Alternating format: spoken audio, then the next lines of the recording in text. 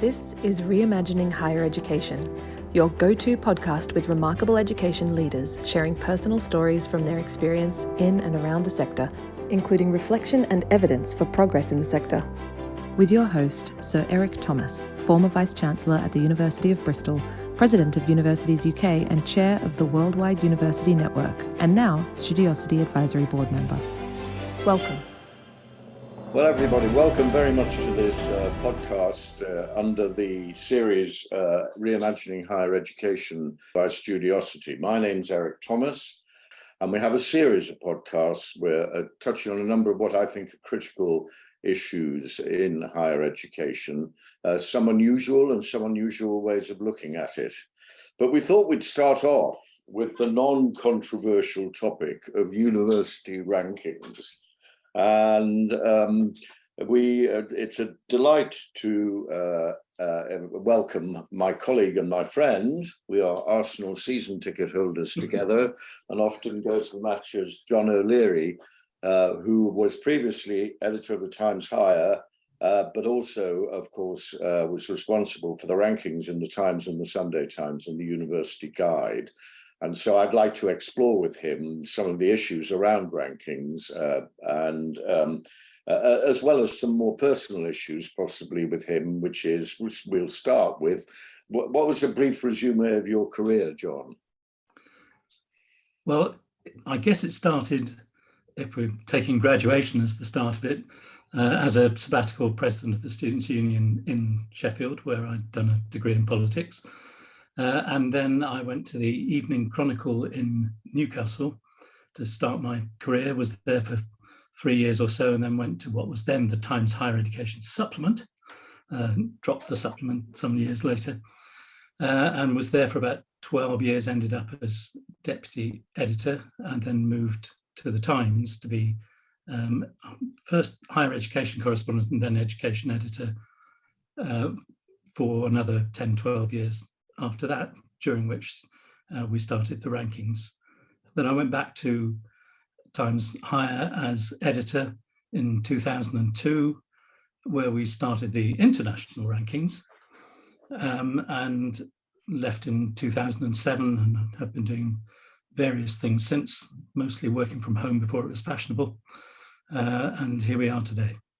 Right, brilliant. So a couple of great ones. You were annealed in that great journalist inferno, the Newcastle Evening Chronicle, John, which has been a producer of many a journalist, correct?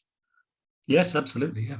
The Chronicle and Journal, which was the morning paper, and the Sunday Sun, which existed at the time. Absolutely. And also, I think we have to make a solemn declaration that at no stage did I attempt to get you to increase us in the rankings when your daughter was an undergraduate at Bristol. No, and I'm sure you were perfectly satisfied when we did. So how did you find your time at Sheffield? What was it like being an undergraduate in those days?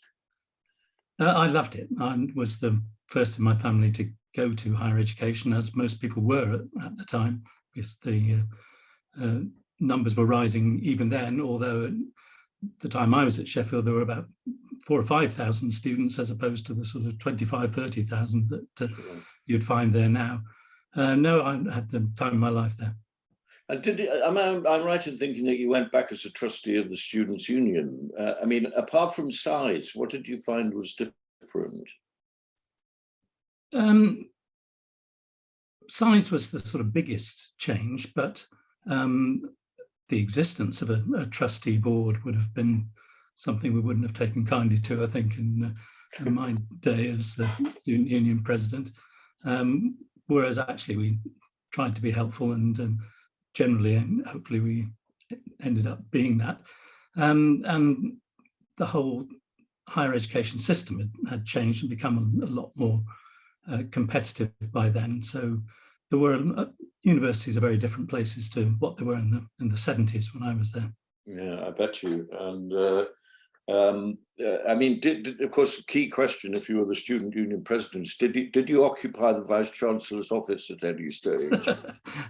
Not the vice chancellor's office. We occupied one or two things briefly, but it would have been rude not to have done in the 70s. I mean, it's a very different sector now, a very, very different sector. You've mentioned competition as part of what else do you do? I mean, I feel that the student feedback and the student input into the educational and social and cultural experience is now much higher than it was when you and I were at university. Yes, I think it depended on the attitude of the students and the administration. I mean, we had quite a good relationship at Sheffield and would cooperate on a number of things. I remember the Vice Chancellor suggesting that I went to go and talk to the City Council, which was strongly Labour, because they were more likely to think I was sympathetic to their point of view than he was. The university, which is seen as a sort of establishment institution. So there were links then, but certainly it's different now, and universities, I think, have to take more notice of their students now, partly because of rankings. Yes, and also there's such powerful social and economic forces, particularly the provincial universities in the cities in which they are. Absolutely, they are. And you can see that by how keen places that haven't got one now are to start one. There are all sorts of places trying to start universities or a branch of a university that's already in existence. Whereas, when I was there, it was a very much a minority pursuit, sort of 40 or 50 universities, twice that number, 3 times now. Yes, for a while I was on the governing body of NMIT, the new university in Hereford, and that would have been that is the first university in Hereford. And Hereford very clearly saw the university as an integral part of its economic and social and cultural future, as various other things withered on the vine. Yeah, and I think there's a lot of evidence to show that that's correct as well. Right. And if you were looking back to your younger self then, is there any kind of bit of advice that you would kind of give yourself, or actually would you say, well, actually things have gone reasonably well? Well, things have gone reasonably well, in that I was always intending to become a journalist, and that wasn't the normal route then. Like a lot of other trades or professions, it's the normal route now to be a graduate, but it wasn't then. Right. I suppose I should advise myself to do more academic work and spend less time on the student newspaper and the Students' Union, but actually I rather enjoyed that, so I'm not sure I would. I mean, were you regarded with suspicion in the offices of the Newcastle Evening Chronicle because you were a graduate? Yeah, absolutely. I mean, I was the graduate that year in a staff of hundreds. It was sort of, yes, you were regarded with a certain amount of suspicion. Right, I can imagine that. And I suppose if you were thinking about things, if you were to be able to change one thing for students now, what might that be? I mean, I feel somehow or other they've had quite a depersonalized experience over the last couple of years with COVID, and it's somehow about personalizing. I just wondered what you thought. Yes, I'm sure, and they're desperate for that to happen as well. And you can see the dissatisfaction with the unavoidable remote learning that people had to go through during the pandemic. Right. I think I would advise them to spend a little less time worrying about trigger warnings and how upset people might be by other things that we've managed to live through ourselves, and perhaps to worry a bit more about how universities will be in 2 or 3 years' time if they don't get a little more funding, both for teaching and research, and there's not much sign of it at the moment.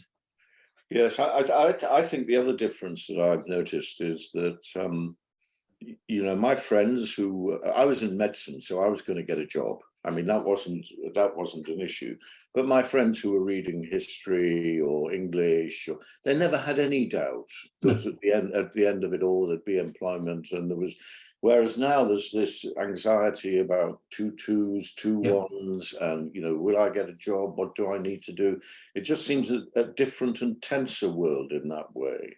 Yeah, and it is. And you can see that partly in the concern for mental health amongst students, which has grown, you know, from nothing really when I was a student to a really serious issue now. Right, right.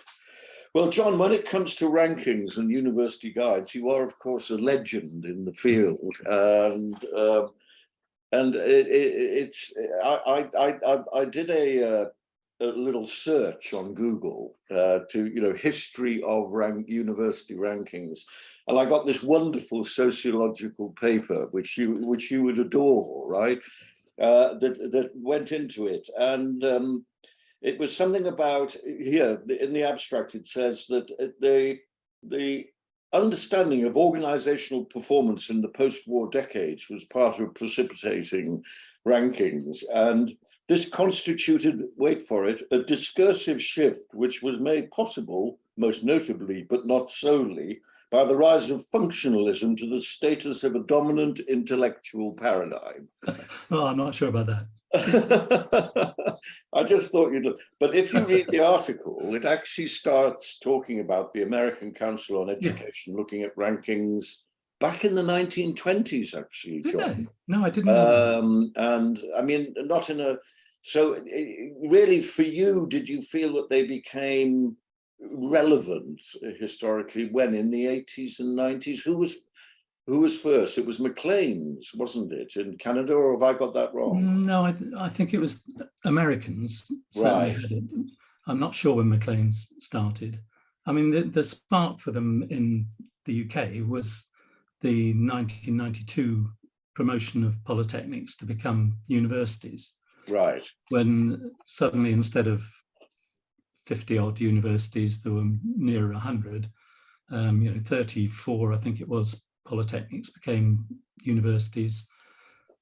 Several of them changed their names completely, and it became one system, at which point we thought that people were going to be choosing between one system, and that there ought to be a way of doing that.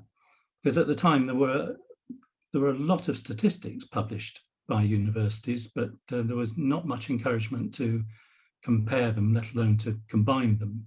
Right. In a way that helped your choice as a student. And it was at a time too when student numbers were coming up a lot, and when people were going to university with not a lot of guidance, either from family or, in some cases, or many cases, from schools either.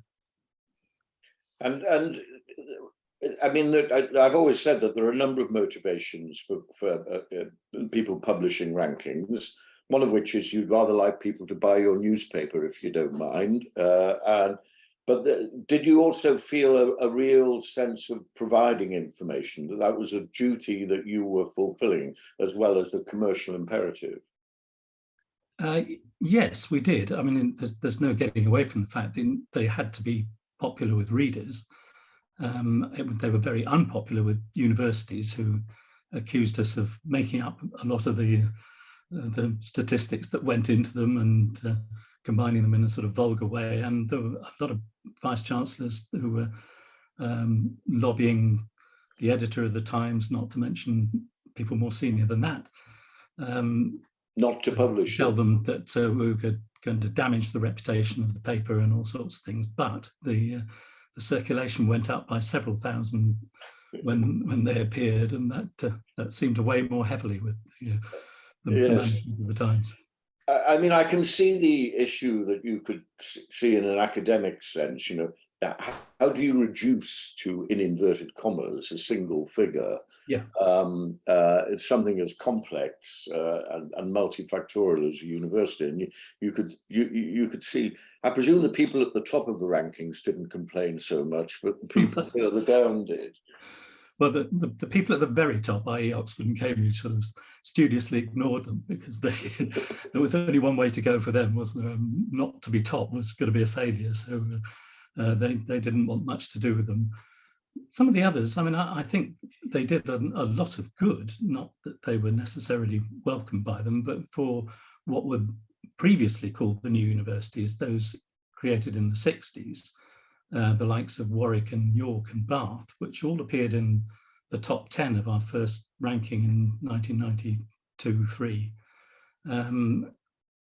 above the likes of, you know, Manchester and Glasgow and places that Durham that would normally have been put at the top in what was at the time a very anecdotal sort of word of mouth set of guidance, not guided by anything very firm. Right. I mean, I don't know if you remember this. I certainly remember the evening, but you and me were at a meeting of the OECD in Paris. I do. A long time ago, John. And the lady from Maclean's stood up to discuss how they'd done their rankings. And I remember she famously said that a ranking has to reflect what the reader would think the ranking would be. Right. Otherwise, it had no credibility. So, in other words, if Oxford and Cambridge weren't at the top, right, then the reader would say, "Well, I'm terribly sorry, but yes. you know, I don't." Yeah, I mean, do you feel that's a valid observation of hers? Definitely, I do. Yes, and you know, anybody who produces a ranking will go through the motions of seeing what the results look like before it's published. On the other hand, once you've established a methodology, you are stuck with it, and it can't reflect what people think all the way through. I mean, Manchester, for instance, didn't do terribly well in our rankings for a number of years, and there wasn't much that we could do about it at that stage if we weren't going to sort of change the methodology altogether, in which case somebody else wouldn't do very well. It's what it is once you get it going. I can imagine one or two Manchester Vice Chancellors that may have had a monosyllabic conversation with you, John. I have been summoned by at least one. Yeah. I mean, there's a number of variables, and you can see that different rankings use them in different ways. I mean, what do you think are the most powerful? And also, there's a national sense of ranking, and then an international, isn't there? Yes, there is.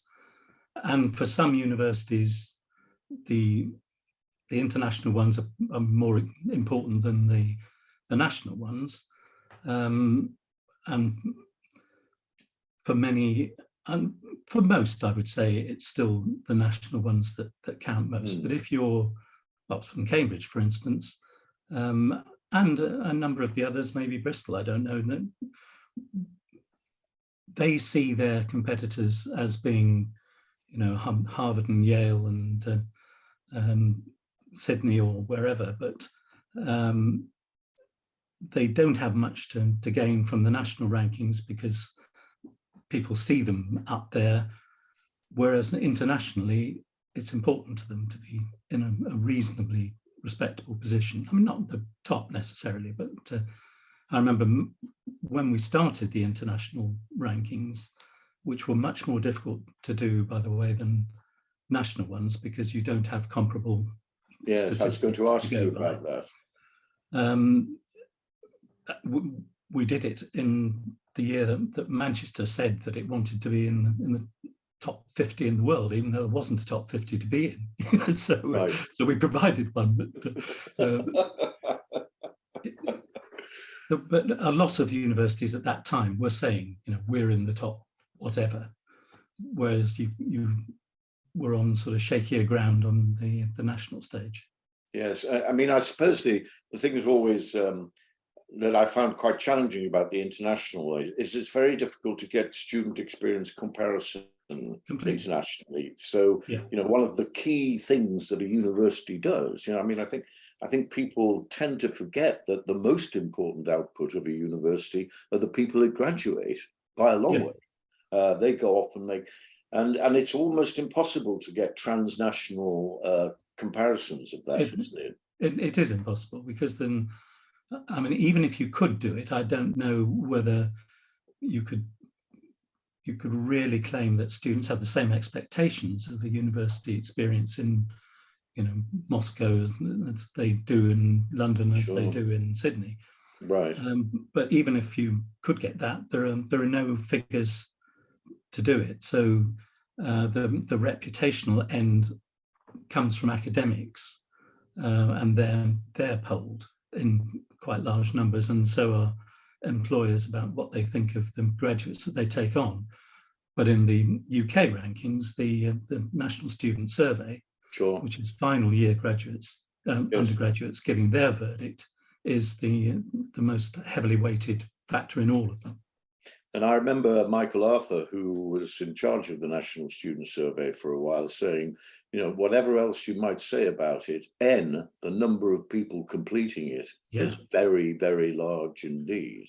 And therefore, you really should pay attention to what it is, whatever statistical weaknesses there might be, or, questionnaire weaknesses. Once you're looking at 300,000, 400,000 people, it matters. And it also it makes it almost impossible for universities to manipulate. Right. Because, A, word is going to get out if you try to, and B, then the numbers are just too large. And the only one that has succeeded at all is Oxford, which is its students have boycotted it to the point where its figures aren't published. So you have to have a 50% response rate for your figures to be published, and theirs hasn't for a number of years now. Now, because the other, I'm going to talk to you about the university's view of ranking, but the other thing that, before I get onto that, people say, well, of course, what you do is you change the variables so that there's, you change the power of the variable. The tables have to move. That is, in a sense, if you just had the same table year after year after year, it wouldn't. So the tables have, and of course, you conspiratorial ranking, you change the variables to make things move. I just wonder how you see that criticism, because variables do change the power. People do change the power of variables in tables. Yes, and we've tried not to change them much in the Times ranking. Right. We've dropped one of the measures in the last year, which is the spending one, which is arguably more open to manipulation, because you can choose as a university where some parts of your spending appear in your accounts, and that makes a difference to whether it counts in that measure or not. So that one's gone, so that variable has changed. But generally, we've tried to keep them pretty stable, and they move more than enough without doing anything untoward to the things that we're measuring. The argument being that these are huge institutions, and really there shouldn't be much movement year on year, and because they have their ideas are their future to decades, and also I presume just changing one variable's power doesn't really make a great deal of difference to a position of a university, does it? It doesn't. No. Well, and taking it out altogether will make a difference to some. There have been some universities that have always had very high spending, some suspiciously so, and if they lose that indicator altogether, it does them a bit of damage. It doesn't move them 50 places down the table, but it might move them sort of 10 or 12. Whereas just the thing that people always cite is the proportion of firsts and 2-1s. If you award a few more firsts or 2-1s, A, may not make a lot of difference because so is everybody else doing, but also it might move you a place or two up against your rivals, which might be very welcome, but it isn't going to affect the table much. I think one of the interesting things is the behaviour of I want to talk to you about the behaviour, how students use the rankings. Yeah.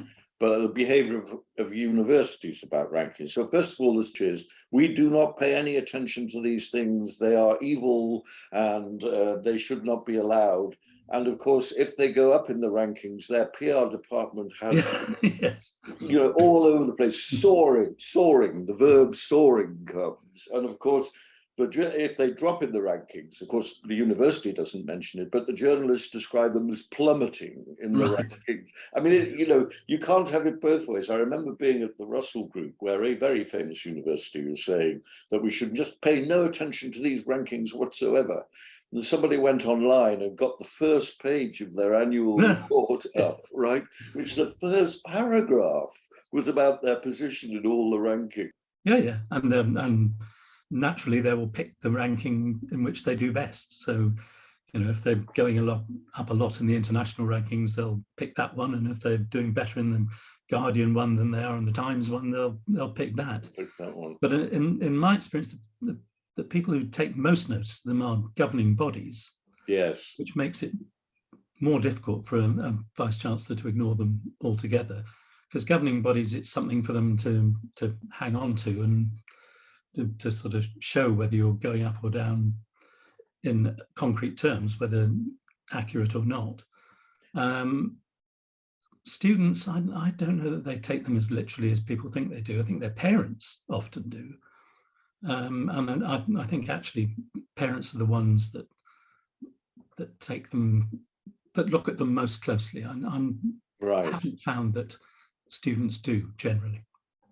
I mean, I don't know how your daughter found it, but my daughter, when she was at her local school here, I mean, there was almost a kind of Jungian feeling amongst her peer group of the universities that they would apply to.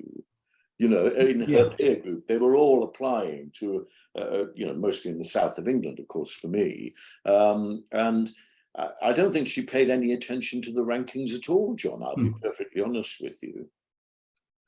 No, and some schools, some independent schools particularly, will take them quite seriously and will, I know a school that buys a copy of the Sunday Times magazine when it comes out and distributes it to every member of the sixth form.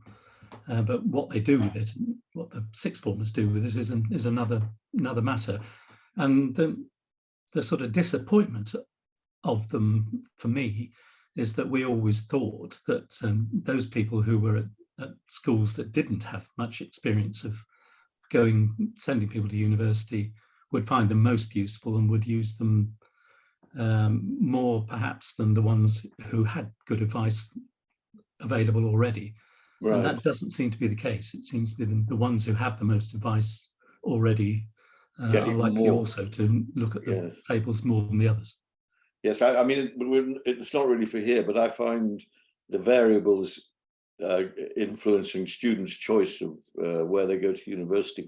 I mean, my daughter was going to London, full stop, Dad. That's it. Yeah, whereas mine were not going to London. Wasn't going to London. I've been stuck in rural Hampshire for the last 18 years. London it is for me. And you're quite right about the people that would beat me around the head about the University of Bristol in the rankings was often the lay members of the governing body took it very, very seriously indeed. Yeah.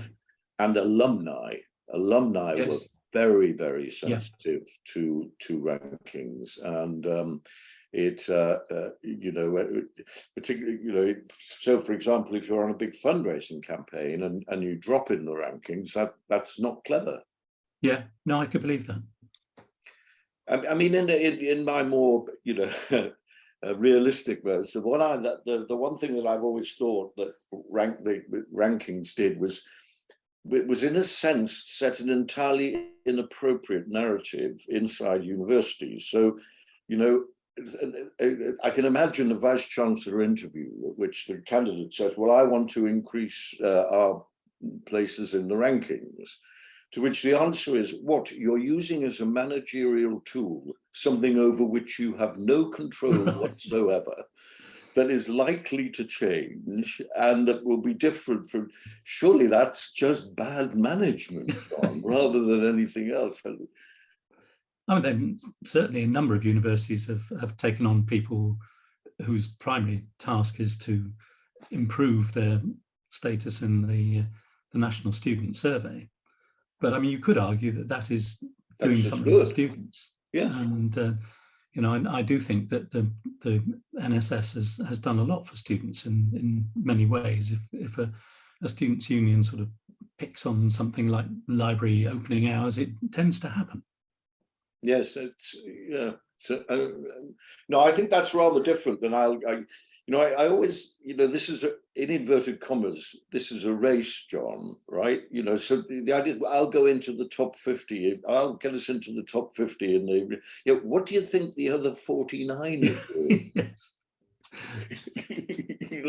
They're not just lying idly by, not investing in the student experience or not aware of their research output or anything. You can't push, I always used to joke that, that Bristol was one of the 250 universities in the world's top 100. Yeah. Yeah.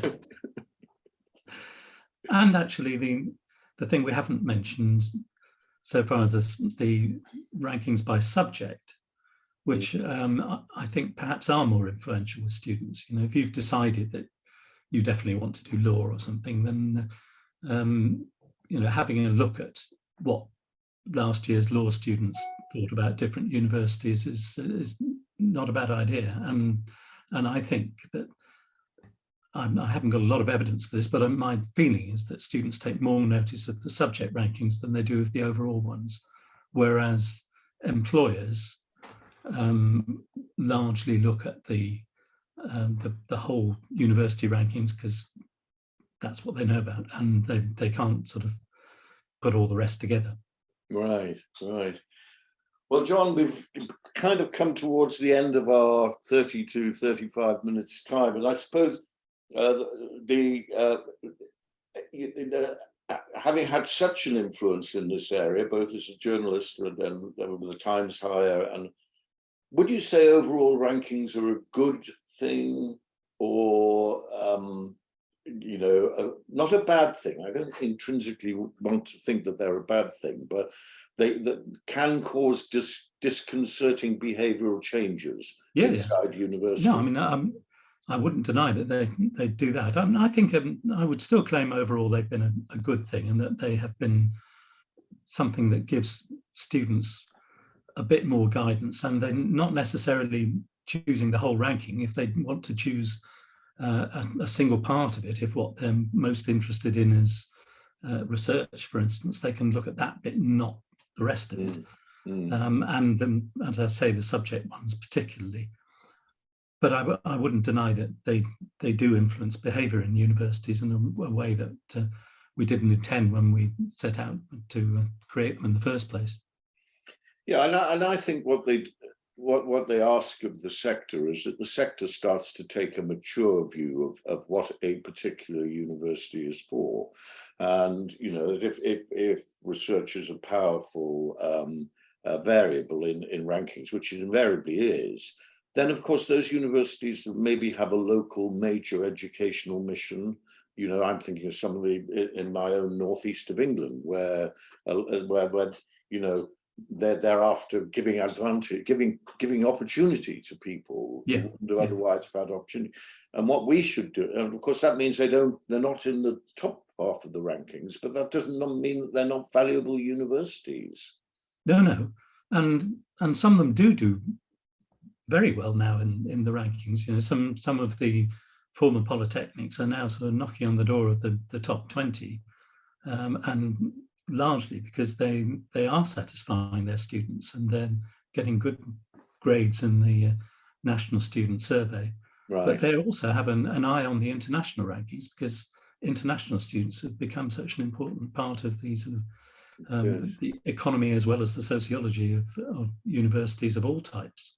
Right.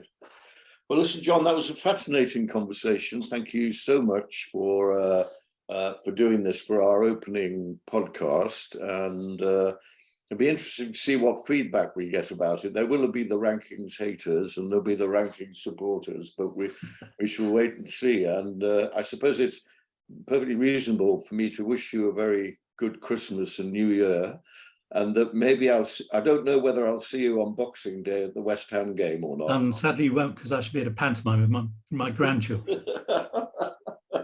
not well, that okay, sad. Okay, then the Newcastle game, John. Yes. Possibly. All right, Definitely. Thanks very much. Cheers now. Okay, thanks. Bye. Bye. Visit studiosity.com/studentsfirst for the next Students First Symposium, an open forum for faculty, staff and academics to candidly discuss and progress the issues that matter most in higher education.